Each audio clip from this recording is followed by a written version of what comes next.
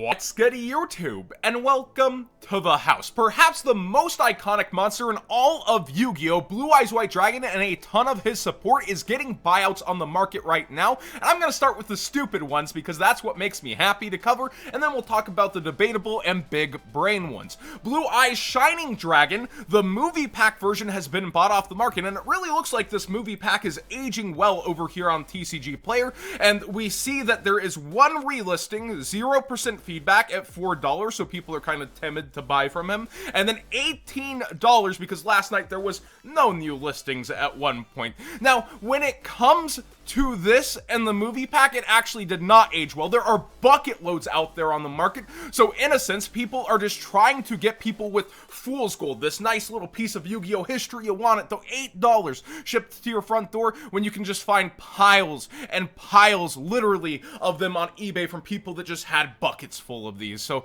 I do not think that this will even age from there. If you were thinking this would be a big brain investment to slurp off the market, sealed packs, look, it's gold, there are going to be people with mountains of these to crush you on. Similarly, we see Blue Eyes White Dragon Ultimate Rare, its highest rarity form, ignore the DDS, getting bought out on the Unlimited. Now, I will make the counter argument. We see it's $8 here, and when it comes to Reloaded, what else is there within this starter deck that people do value? And this sells for a lot more on Amazon, like sealed by itself towards $26.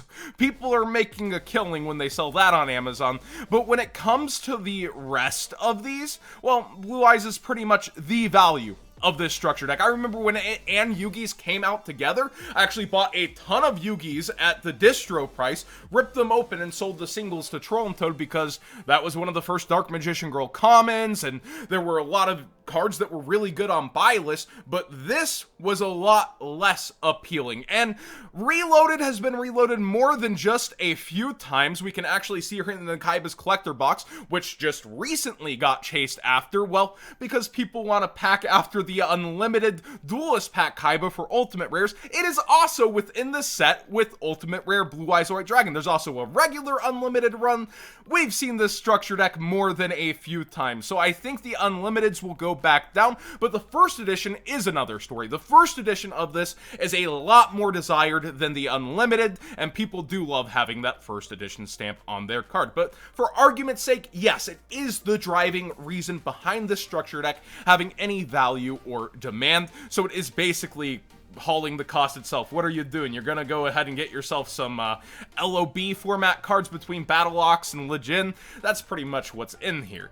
Now, when I look around, there's the DT Blue Eyes White Dragon getting a huge buyout, and people trying to hold the line here at $42 to $50 on him versus a market price of $18.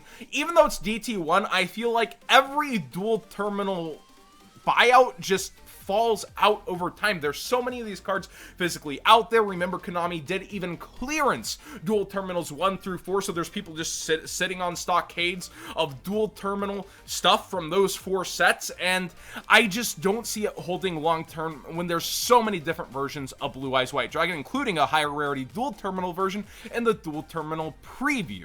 Now, Ghost Rare, I think, is a pretty good buyout. All Ghost Rares are getting focused on the market right now, so people that went ahead and got this, even towards the $60 mark, you're probably only going to see this drop back towards $90 before people start to consider this again and really try to put the near mints into the grading cycle. So I do think that a lot of people are going to be winning on this version of the Blue Eyes, and I think it's probably one of the best buyouts out here among all of them. Blue Eyes Spirit Dragon only has 2 printings. We've covered this before, and it's actually up from there, where we see $22 for the lowest unlimited, $25 for the first edition. With only 2 printings, people really like the Secret Rare over the 10 Ultra Rare, and the 10 Ultra Rare is something like $8 as well. Blue Eyes Twin Burst Dragon saw a price hike on all of its versions and a targeted buyout on all, odd enough, and we see the fallout is pretty quick there, actually, but I do think there is something to the first edition Shining Victories version here. I don't know how it will fall out over time, maybe towards 20, but there's definitely, you know, first at original, even with the Megatons being secret as well. I think there are going to be people that want this long term, and it's not the worst buyout in the world. Some cards you might have had that you didn't know were worth money. If you've been picking bulk, you may pass by the super heavy samurais. Well, it turns out Battle Ball, even this, look at the star packs, now look away from the star packs, is $2 for the regular common. And we see other super heavy samurai stuff actually holding up here in value all over the freaking place. So we did get the updated support to it in Eternity Code, but it's crazy to see this many commons and rares actually holding value for this archetype. So you may have some cards in your bulk you didn't know were worth money. Be starting to hunt those down whenever you're picking bulk. Definitely a pretty crazy price for those. Harpy Harpist got a buyout. They got a new synchro that can treat any Harpy as a tuner, and we see that the super rare is far up in price. The only other availability is a rare from Winged Raiders, so people don't want to be touching that. They want the holographic. Both versions are actually running out on the market for the most part, though. We see this towards 11 and 12. You can still get your rare for $2 right now, though, so a little bit above market price, but if you're really fretting about it, probably get it sooner than later using that TCG player link in the description down below, costing you nothing extra and supporting the channel directly for the cards you'd already be buying. Afterburners got a buyout. I've been thinking that a lot of Sky Striker stuff is undervalued, and other people seem to be thinking the same way. An Afterburner Secret Rare versus the Ultra and the Super Rare. People really prefer this version. Now it's up towards $9 to $10. Unexpected Die for its highest rarity version, which is the super rare out of Cross Souls packs. The other two are common reprints in structured decks, which we'll also get a rewave on Dino Masher's Fury. So don't freak out going, it's on Market Watch, I gotta get my Unexpected Dies. The rewave for Dino Masher's Fury is coming. You'll just get this incidentally in there. Pretty good price for a common.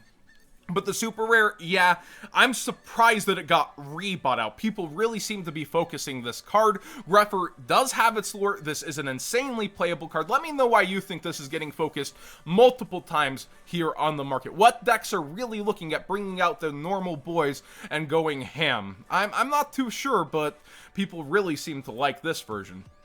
Nightmare Unicorn for its secret rare as the Ultra creeps up in price has also been going up. You see market price 14.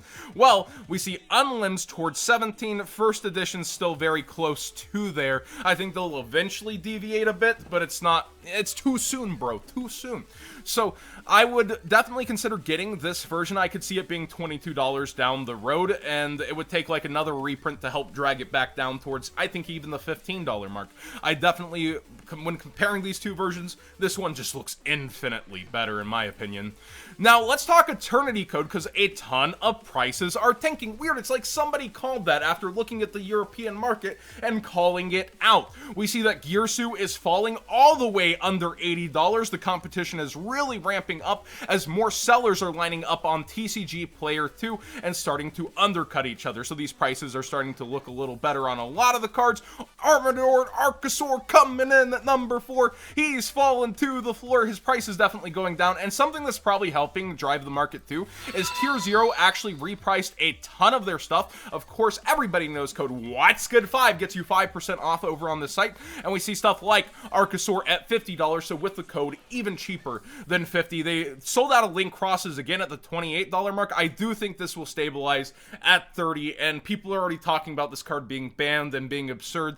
I think that Link Cross is a crazy good card, but you see that they've lowered a lot of prices. They're still selling out as they lower, and a lot of the market is trying to come to meet Tier 0's new lower prices from that outside pressure, but also the pressure of, okay, the set's actually coming.